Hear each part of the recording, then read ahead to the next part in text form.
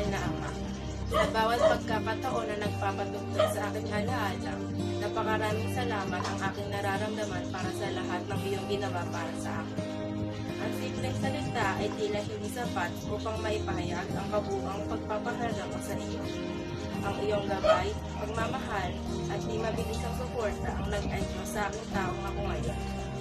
Mula pa nung ako ay bata pa hanggang sa ngayon, ikaw ang aking sandigan, karamay at inspirasyon. Ang iyong karunungan ay nagturo sa akin sa mga mapanganib na sitwasyon sa buhay, nagbibigay sa akin ng muna sa oras ng pagkakaisa at linaw sa mga sandaling ako'y hirap. Ang iyong lakas ay nagsilbing kandungan ko, nagbibigay sa akin ng lakas na harapin ang anumang hamon at ang tapang na lampasan ng anumang sagabal sa aking landas. Ngunit, higit pa sa iyong mga payo at mga kilos ng kabutihan, naroon ang mas malalim na katotohanan, ang iyong walang hanggang pagmamahal. Minahal mo ako ng walang pag-aalinlangan, walang hatol at walang inaasahan.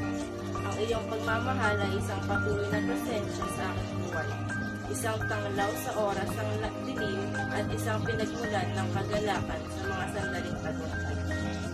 Pa, habang iniisip ko ang mga sakripisyo na iyong ginawa para sa akin, napapatahimik ako sa iyong kabutihan at nagiging inspirasyon sa iyong walang sukuan ng pagmamahal.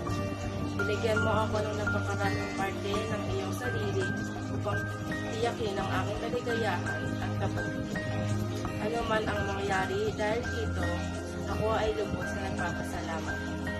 Sa araw na ito, nais kong maglaan ng sandaling magpasalamat mula sa pinakaloob ng aking puso. Maraming salamat sa iyong pagmamahal, gabay at di mabilisang suporta. Salamat sa pagiging pinakamahusay na ama na maaaring hilingin ng isang anak. Lubos akong pinagpara na ikaw ay nasa aking buhay at pangangalagaan ko ang mga alaala natin magkasama magpakailanman.